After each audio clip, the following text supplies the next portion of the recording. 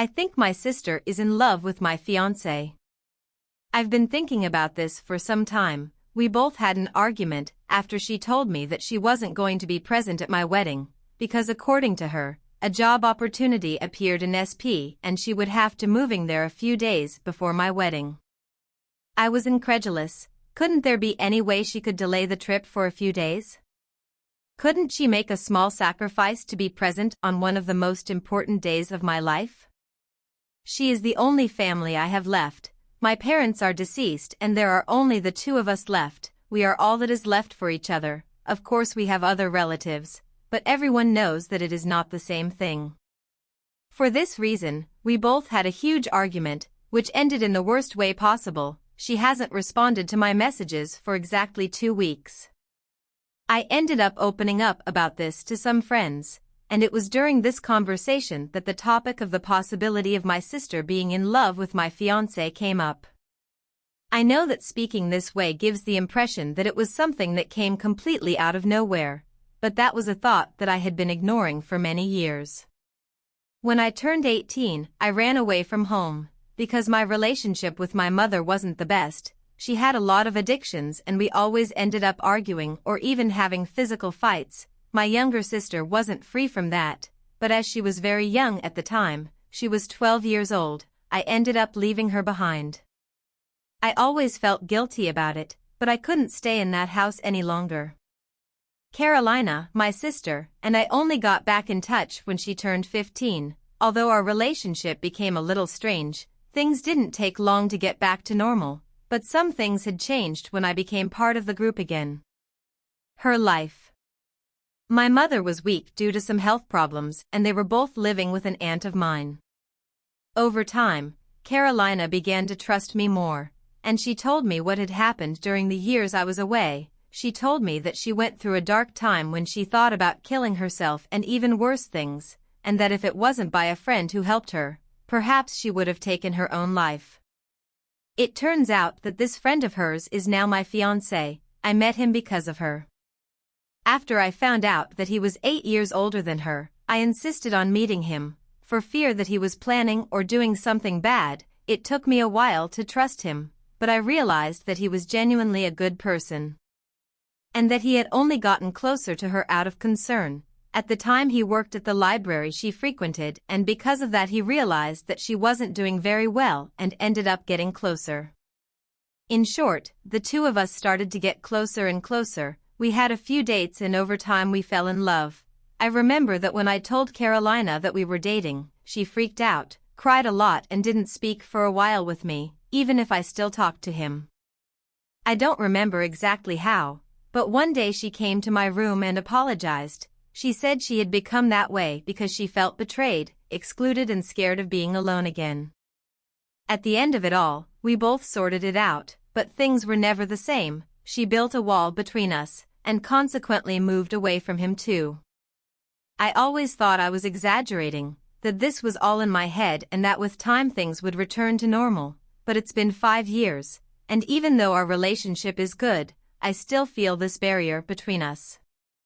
What made me think that maybe she loved him were very subtle things, like the way she looks at him, but what really made me question this was the day she came to sleep here at home and my fiancé fell asleep.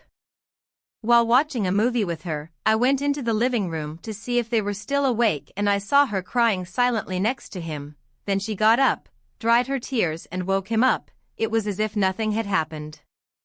I've never been able to forget this, because it happened shortly after we told her that the two of us were going to get married. It upsets me, because I feel like I was always one of the things that caused the most suffering in her life. I don't know what to do. I love her and I want to see her happy. I want the two of us to be close again like before. I don't know if I should talk about it with her, or if I should let it go because it's paranoia. I feel like she's running away and the job is just an excuse because she doesn't intend to come back.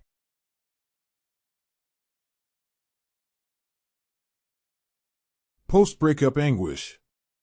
I broke up with the woman I love. For financial reasons, I couldn't plan anything with her, unlike her who is a successful person. Obviously, I want to travel, get married and have children too, but I wasn't in a position to talk about it yet, and I feel like she was always looking at social media and comparing me all the time to the perfect couples on the internet. We were broken up for 1 week and ended up seeing each other one day before my birthday, which we spent together and got back together. I was also upset because I didn't receive any birthday present. Even though it was late, I could have received at least a chocolate. It was in vain.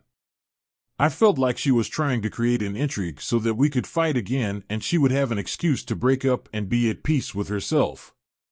That is what happened.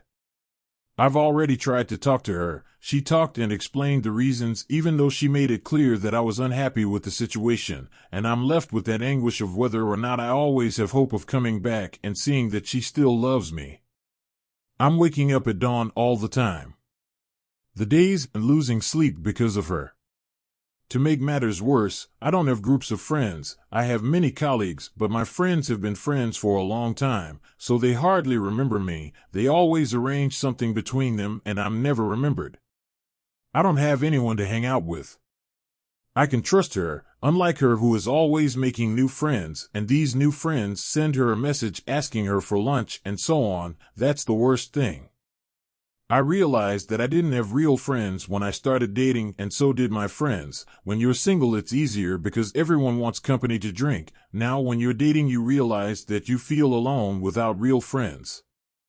In relation to my self-esteem, I am very confident in the physical part. I am considered a very beautiful person. I have empathy. Finding a woman for me has never been a problem, fortunately, but even so, that is not enough to make me feel good at the moment. The worst thing is not feeling loved by friends and your girlfriend. My girlfriend changes when she drinks. I need to talk to someone about what's happening to me. We live outside of Brazil. We're both Brazilian, but we know each other here. I lived with a friend of mine for 4 years, and a few months ago I decided to leave because living together was very difficult. It turns out that I would have to get an apartment to live in, and it's really difficult to find one due to the current housing crisis that is going on in the city where we live. I've been dating, on and off, for almost a year. My girlfriend is a great person when she's sober, a super partner, careful, loving. She puts me forward and supports me when I study. She's understanding and intelligent. A few months ago we stabilized. At the beginning we fought a lot. But since July our relationship had changed from water to wine. We were evolving into something very good, and I spent most of the week with her. Given these circumstances, we decided to combine the toothbrushes. We would both save money because we would share the household expenses. In short, we've been living together for 2 months. I don't want to justify the unjustifiable, just to give you an idea. She had a lot of problems in her childhood. Her father was a drug user. He disappeared from home for months, leaving her mother and children alone, and this caused her a lot of trauma. Knowing this history, I always took great care of her, trying my best to distance myself from any image or attitude that could even make her activate any trigger of this kind. I noticed this cyclothymic side of her in the first few meetings. She changed very quickly from a centered, intelligent, and pleasant person to a disgusting human being. She left the vows of love and gave way to hateful words, painful insults, physical aggression, and psychological abuse. Yesterday she left for some of her friend's house at 5 p.m. because the bars would close at 8 p.m. She said she would be back early and would bring food. I stayed at home waiting until 9 p.m. when she called me to tell me that the bar had closed and that she was at her friend's house drinking until then, so everything was fine. At 11 p.m. I sent her a message and she answered completely transformed. A friend of hers picked up the phone and said they would send her back home in an Uber. I thought it was absurd because she was unable to return home alone. She was totally vulnerable, so I went to get her myself. When I got there, what I saw was horrible. She was completely out of her mind. She kept humiliating me in front of her friends. She said I was gay. Not that I care what she says. I'm straight and my sexuality is very well resolved, but it's still an embarrassing situation, the embarrassment she was doing. I talked to her friends. I didn't lose control. I treated them all politely. I turned a deaf ear to their insults. I took care of her. I put on my shoes. We got into the Uber and went home. When I got home, the insults continued. She kept saying that I was gay, that I deserved to be a cuckold, that I was ruining her life, and I continued to act deaf. I tried to bathe her, and she didn't want to. She said that I was hungry. I heated the food, and she threw the things that were on the table on the floor while she was eating and broke a glass ashtray. All this at 2 a.m. After eating a little, she wanted to smoke a cigarette, and I got worried because our window is lower and we are on the 5th floor. I stayed by her side to avoid anything. Seeing that I was close, she threatened to jump, and I had to hold her because she was leaning out the window and was very drunk. When I finally managed to get her to lie down to sleep, it was already 3 o'clock.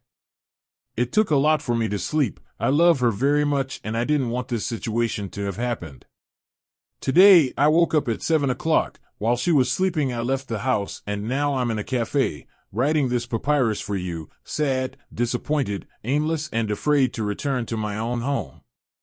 An important fact that I forgot to mention is that yesterday, while she was offending me, I recorded audios of the things she said and sent them on WhatsApp so she can see how unbalanced she was. Update. Well, my people, firstly, thank you for all your support. I read messages here that really shed light on the reality of the problem I'm facing. I still haven't managed to read everything, but as far as possible, I'll respond to you. Continuing with part 2, my day yesterday was boring. After I left home in the morning and wrote this rant, I came back. I got home and she was already awake. We weren't exchanging looks. When I arrived, I picked up my guitar, played some songs that make me more relaxed, and took a long shower. I got out of the shower and she still didn't make eye contact. I packed a cigarette and went to smoke by the window. While smoking and thinking about everything that had happened last night, I looked at her and asked her if she was proud of the things she had done, and she responded by placing the blame on me, as if I wanted to control when she went out with her friends and whatnot. She does or doesn't do it. I made it very clear that that wasn't the problem because I never forbade her to do anything. I asked if she remembered everything, and she said yes, that she wasn't that kind of drunk who forgets things. So I asked if she was sure and started telling her everything that had happened. She hadn't heard the audios yet because her cell phone was damaged when she threw it on the floor. I told her everything in the smallest details, and her face changed immediately. She didn't believe what I had said and immediately regretted it, asked me for forgiveness, cried a lot, and I said that I would forgive, but with time. That maybe now it would be better for us to move on with our lives, one without the other. I made it clear how disappointed I was and how quickly my admiration for her had disappeared. She understood, took the blame for the things she had done, and instantly prostrated herself mentally. I spent the rest of the day thinking about a solution. I put everything on the scale. I thought in the coldest way possible, and I was determined to get out of her life. I told her I wanted her to understand that I couldn't live with someone like that at the risk of hurting me and messing up my life. She felt really bad. When I started to pack my things to leave, she got even worse. She said she was looking for professional help, which is actually true because on Saturday she had gone back to therapy and has an appointment with a psychiatrist this Wednesday fair. And for some time now she has been trying to get rid of these ghosts from the past. As I said, I had noticed a significant improvement in the last few months. She told me that she understood that I was leaving her life and promised not to put a single drop of alcohol in her mouth even if it was really over, that she wanted to change for her because she couldn't take any more suffering. She became terrible, and when there were only 2 hours left to go, I organized shipping to pick up my things and take them to the house of a friend who was traveling and lent me the apartment for a few days. Seeing her state of regret and bitterness, my heart broke. I put myself in her place. And I decided to try once again to help her. I decided to do this because, as I mentioned in part 1, she is a completely different person when she is sober. She is a great partner and was by my side through a lot of the hardships I went through. I had a very turbulent year, and a large part of the balance I had to deal with everything was due to the help and support I had from her. She always did everything for me. She is careful in the smallest details. Some may judge me, think I'm stupid for doing this, but only I know how much she helps me and is a partner, so I feel like I can't abandon her at this moment. I decided to give her support. I decided to be a partner. I know that no one changes overnight, But if there is a desire to change something that brings you suffering, all the support that you can have is important. Because of the love I have for her, I decided to give her one more chance. She loves me too, and I have no doubt about that. Thank you all.